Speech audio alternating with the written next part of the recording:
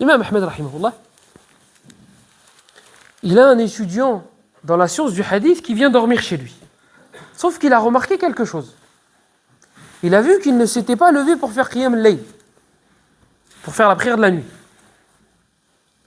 Et il a dit, ajib, un étudiant en sciences, talibu ilmin fil hadith, la yaqomu al-layl.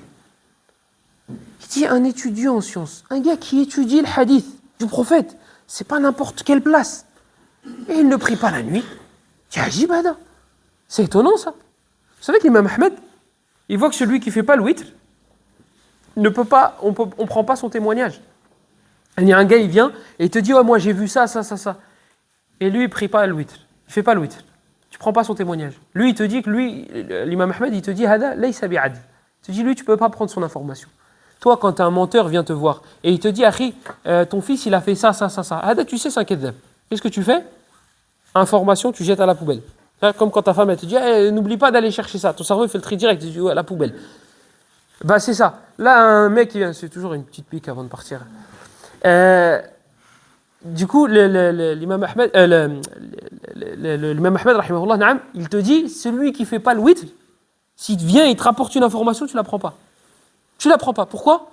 Parce que cette personne-là n'est pas fiable. Innahu rajulu su. Il dit c'est une mauvaise personne. Le gars qui fait pas le witr. Le gars qui ne fait pas le witr. On ne te parle pas de l'fajr, al-dhuhr, al-asr, al-maghrib et al-isha. Il te parle de l'witr. Sachant que chez l'imam Ahmed, le witr n'est pas obligatoire. Mais il te dit, un gars qui délaisse tout le temps le witr, c'est pas une bonne personne. Donc s'il vient, il te dit, Akhi, j'ai vu ça, il s'est passé ça. D'accord. Oui, d'accord. Ouais. Mais tu ne prends pas l'info. Là, toi, tu es un étudiant dans le hadith, tu viens étudier la chose la plus noble. Il n'y a rien de plus noble que d'apprendre et d'enseigner. Rien. Et tu fais pas qiyam al-layl. Donc l'imam Ahmed, il ta'ajjab, il s'est étonné. Une fois, il y a un gars, il est venu voir l'imam Ahmed, un étudiant. Et il voulait une tazkiya de l'imam Ahmed. Il voulait que l'imam Ahmed écrive Foulan, c'est un bon. Tu vois?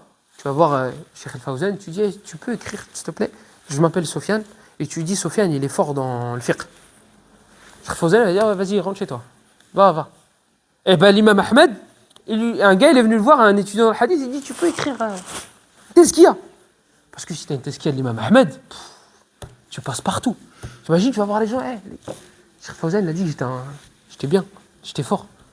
C'est une tezkiya qui est forte. Taïb l'imam Ahmed, un étudiant dans le hadith, il va le voir. Il lui dit est-ce que tu peux écrire que je suis un bon? L'imam Ahmed il écrit. Il écrit une tazkiya, donc il écrit une éloge pour que le gars l'apprenne, cette éloge-là, et aille voir les autres savants et disent voilà, tu vois, regarde, l'imam Ahmed il m'a validé. Donc l'imam Ahmed il écrit Ya'ti ilayka rajulun yuhibbu al-hadith. Va venir à toi un homme qui aime le hadith. Non. L'étudiant il a dit non, Akhi. Lui, Akhi, je suis ouf. Tu dis Akhi à l'imam Ahmed, il y a un problème. C'est la fatigue. Il lui dit à Imam, écris sahibu hadith. Je ne sais plus s'il il a écrit muhibbu al-hadith ou bien il a écrit rajulun yatlubu al-hadith. En gros, il a écrit une phrase, l'imam Ahmed, un homme va venir à toi qui aime le hadith. Ou bien voilà, un gars qui étudie un peu le hadith. Une phrase comme ça. Là, il me dit non, s'il te plaît, tu peux écrire sahibu hadith. Est-ce que tu peux lui écrire? Est-ce que tu peux mettre que je suis un gars qui est sahibu hadith? Sahib, tu sais c'est quoi sahib? Quand tu dis que le tel c'est le compagnon de tel, tu utilises le terme sahib. Là, le gars il dit à l'imam Ahmed, écris que je suis un sahib ou hadith. En gros, le hadith il coule en moi là, dans mes veines. Moi je suis un sahib ou hadith. L'imam Ahmed il lui a dit non. قال صاحب الحديث عندنا من يعمل بالحديث. Il lui dit chez nous, celui qui est sahib ou hadith, c'est celui qui œuvre avec le hadith. C'est pas haddathana fulan wa fulan wa fulan wa fulan wa haddathana fulan wa fulan wa par cœur comme un ordinateur. OK, j'ai le tatbiq. Ouais, mais akhi, il y a une divergence, c'est obligatoire ou pas le witr. Ouais, mais t'as vu akhi, déjà j'ai étudié, je réponds à la science, déjà c'est le plus grand des djihad. Non, akhi, normalement toi t'es au premier rang. Toi t'es au premier rang normalement. Normalement la yasbiquka ahadun ila Allah. Normalement toi personne te devance. Personne te devance lorsqu'il s'agit de l'adoration. Pourquoi? Parce que justement, tu as de la science. C'est pas j'ai de la science donc je recule. Non, tu as de la science donc avance. Normalement, c'est ça. Donc il lui a dit, chez nous, sahibul hadith, c'est celui qui œuvre avec le hadith. Et un frère, une fois, on était chez un cheikh mauritanien, et pareil, il essayait de lui tirer une tazkiya de la bouche. Il essayait de lui tirer un... Moi, je suis un gars bien. Donc il dit à cheikh, à ton avis, moi, je suis un gars de la sunna ou pas? On aime bien, nous, cette phrase-là. Moi, je suis un gars de la sunna ou pas? Moi, je suis sur le minhaj ou pas? Tu dis oui, c'est bon. Tu dis non, ben, c'est pas bon. Mais c'est pas aussi facile que ça. Si c'était juste des diayats, c'est trop facile. Si c'était que, bah oui ou non, ben, c'est trop... Tu veux aller au paradis? Oui. Ben, c'est bon, tu peux rentrer. Voilà. Et tu veux pas? Non, bah c'est bon, tu rentres pas. C'est pas que des prétentions, c'est pas qu'avec la langue. Il y a l'amal qui vient. كما قال أيوب السختياني رحمه الله الكلام اليوم أكثر والعلم فيما تقدم أكثر. Il dit aujourd'hui vous parlez plus. Il a dit mais avant la science était plus présente. Vous parlez dans le vent. Nous. Il dit mais avant la science elle était plus présente mais il parlait moins. Qu'est-ce que je disais juste avant? L'imam Ahmed Mauritanien, barakallahu fik.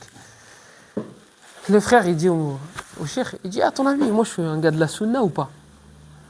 Il le regarde et il ne veut pas le vexer. Il lui dit, toi, t'aimes la sunna. Et là, on a tous bouffé de rire, on a tous compris le message. T'aimes la sunna. Amma sahibu sunna, amma je fais partie de la sunna, hadi kabira. Ça c'est grand, ça. Ça, il faut que tu aies un minimum quand même. Si on te dit, bah, écoute, Akhi, cite-moi 5 points sur lesquels les pieux prédécesseurs ne divergent pas. Taïb 5 mois, cite-moi quelques pieux prédécesseurs. Ne dis pas Abu Bakr, Omar, Uthman, Ali. Dis-moi par exemple des tabi'in. Ou tu sais quoi, vas-y, des compagnons. On enlève Abu Bakr, Omar, Uthman, Ali. T'en cites 10. 10 compagnons. Tu dis moi je suis les salafs, je suis les pieux prédécesseurs. Taïb, tu cite-moi 10 pieux prédécesseurs. Yallah. 10. Oui, mais t'as vu, Akhi, ce qui compte c'est... Allez, vas-y, d'accord. Comme je vous ai dit tout à l'heure, avancez, vous ne retournez pas. C'est pas la peine. L'imam Ahmed, du coup, rahimahullah ta'ala, pour lui, c'est pas concevable qu'un gars qui étudie le hadith, il fasse pas le witr. Aïb. Ça n'existe pas quelqu'un, mais il s'allèche le witr pour lui. Le witr, c'est quoi? Minimum, c'est une rak'a. Taïb, salli rak'a, khoya. C'est mieux que rien. Fais au moins une rak'a. Au moins, tu vas rencontrer Allah avec 10 par jour. Parce que parce que la hasana elle est multipliée minimum par 10. Et puis tu vas gagner en cardio. Tu fais 1 aujourd'hui, demain tu vas faire 3. Tu fais 3 ce mois-ci, le mois prochain peut-être tu vas faire 5. Et quand tu vas faire tarawih, tu te dis en fait 11 c'est pas si compliqué que ça. Et qui sait, peut-être que tu vas rencontrer Allah avec 11 par jour. Et c'est pas énorme en vrai. L'imam Ahmed combien il faisait par jour? 300. Quand il est tombé malade, combien il faisait? 150. Il était malade. 150 rak'at. Et il était en prison. Et il se faisait fouetter par le gouverneur. 150 rak'at. Toi et moi, si on fait 150 un jour, le lendemain, on dit ouais, je fais pas la prière. Parce que le baraka, j'ai fait pour la semaine. Il faisait 150 quand il était malade. Zayn al-Abidin, il faisait 1000. Ça, c'est 1000 rak'at. Nawafil. Il faisait 1000 rak'at tatawwa'an. Il faisait 1000 rak'at en plus. Ça, c'est des gens qui sont faits de chair et de sang et qui avaient des enfants et qui avaient des épouses et qui étaient des humains, ils avaient faim, ils mangeaient, ils buvaient, ils avaient des shahawat aussi. Ils avaient des envies aussi.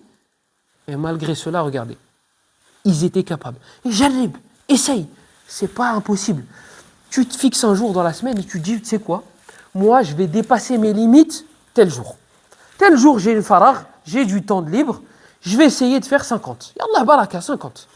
Tu essayes, tu fais au moment de duha. Tu fais 50. Tu essayes. Tu n'y arrives pas, c'est trop difficile. Yallah, ben, ralentis. Fais 50 aujourd'hui, la semaine prochaine, tu essayeras 30 ou 40. Mais essaye de temps en temps et tu verras que c'est pas si difficile que ça en vrai. Si eux, ils ont pu le faire. Abu Muslim al-Khawlani, rahimahullah. Lui, il priait la nuit. Et il avait un bâton à côté de lui. Dès qu'il commençait à trembler des jambes de fatigue, il prenait le bâton, il tapait ses jambes. Et il disait, les compagnons du prophète ne vont pas nous devancer. Vous allez rester réveillés et on va rester debout. Et quand la fatigue atteignait vraiment le summum, eh ben, ils se jetaient dans le bahr, ils se jetaient dans la mer. Vous voyez un gars au milieu de la nuit, il se jette dans la mer comme ça, et il revient et il s'en est. C'est des humains.